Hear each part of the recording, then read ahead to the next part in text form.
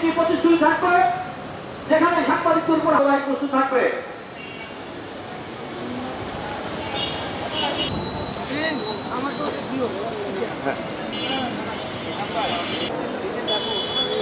রংপুরবাসী, আপনারা নিশ্চয়ই অবগত, আশ্রমের উপর হামলা এসেছে।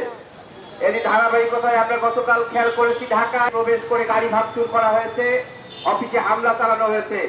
এর আগে আমরা পত্রিকা অফিসে হামলা করা হয়েছে। তারও আগে আমরা যদি দেখি যে বিগত 16 বছর একই সঙ্গে এসব হামলা ভাঙচুর এবং গ্রাম্য রাখার জন্য অনুরোধ করছি বাইবল প্রেস ক্লাবের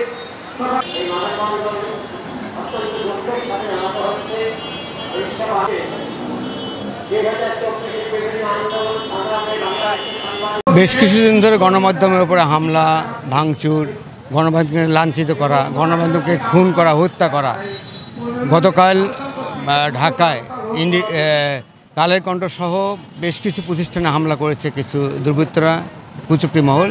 এর প্রতিবাদে আজকে রংপুরে আমরা মানববন্ধন করছি।